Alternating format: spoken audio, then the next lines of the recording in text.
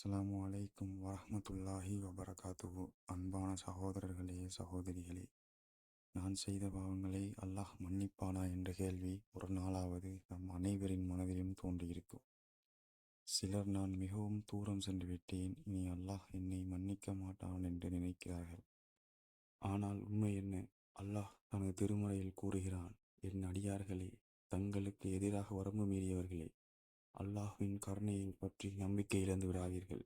நிச்சயமாக அல்லாஹ் அனைத்து பாவங்களையும் மன்னிப்பான். அவன் மிக மன்னிப்பவனும் மிக கருணையுடையவனும் ஆவான் என்று அல்லாஹ் குர்ஆனில் கூறுகிறான். இந்த வசனம் பாவம் செய்த ஒவ்வொரு மனிதருக்கும் நம்பிக்கையை தரும் ஒரு அற்புதமான வசனமாகும். அன்பானவர்களே, நபி ஸல்லல்லாஹு அலைஹி வஸல்லம் அவர்கள் கூறிய ஒரு சம்பவத்தை நினைவு கூர்வோம். ஒரு மனிதன் 99 பேரை கொலை செய்திருந்தான். பிறகு அவன் மனம் திருந்தி, எனக்கு மன்னிப்பு கிடைக்குமா என்று கேட்டான். பின்னர் அவனுக்கு ஒரு நல்லறிஞர் வழிகாட்டினார். நிச்சயமாக அல்லாஹ்வின் கருணை உனக்கும் உள்ளது, நல்லவர்கள் வாழும் இடத்திற்கு செல் என்று கூறினார்.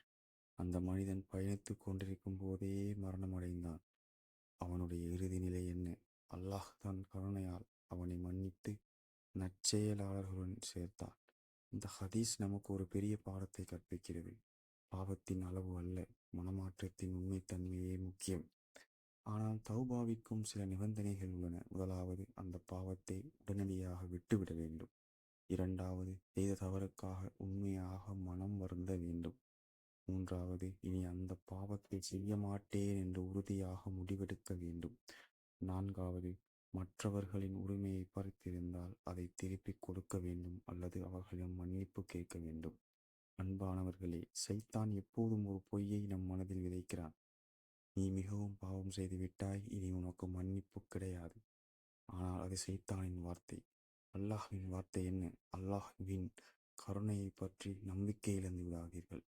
எனவே இன்று நாம் ஒரு புதிய வாழ்க்கையை தொடங்குவோம். நமது தொழுகைகளை ஒழுங்குபடுத்துவோம்.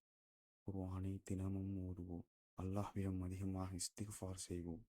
நபி ஸல்லல்லாஹு அலைஹி வஸல்லம் அவர்களே ஒரு நாளில் 70க்கும் மேற்பட்ட தடவைகள் அல்லாஹ்விடம் மன்னிப்பு கேட்டார்கள்.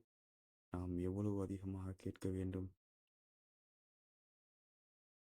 இந்த வீடியோவை முடிப்பதற்கு முன் ஒரு துஆ. யா அல்லாஹ், எங்கள் எல்லா பாவங்களையும் மன்னித்து எங்கள் தௌபாவை ஏற்றுக்கொண்டு நேரான பாதையில் எங்களை நிலைநிறுத்துவாயாக. ஆமீன். இந்த வீடியோ உங்களுக்கு பயனுள்ளதாக இருந்தால் லைக் செய்யுங்கள், ஷேர் செய்யுங்கள். மேலும் இஸ்லாமிய அறிவை பரப்ப எங்கள் சேனலை சப்ஸ்கிரைப் செய்யுங்கள். ஜஸாக்கமுல்லாஹ்.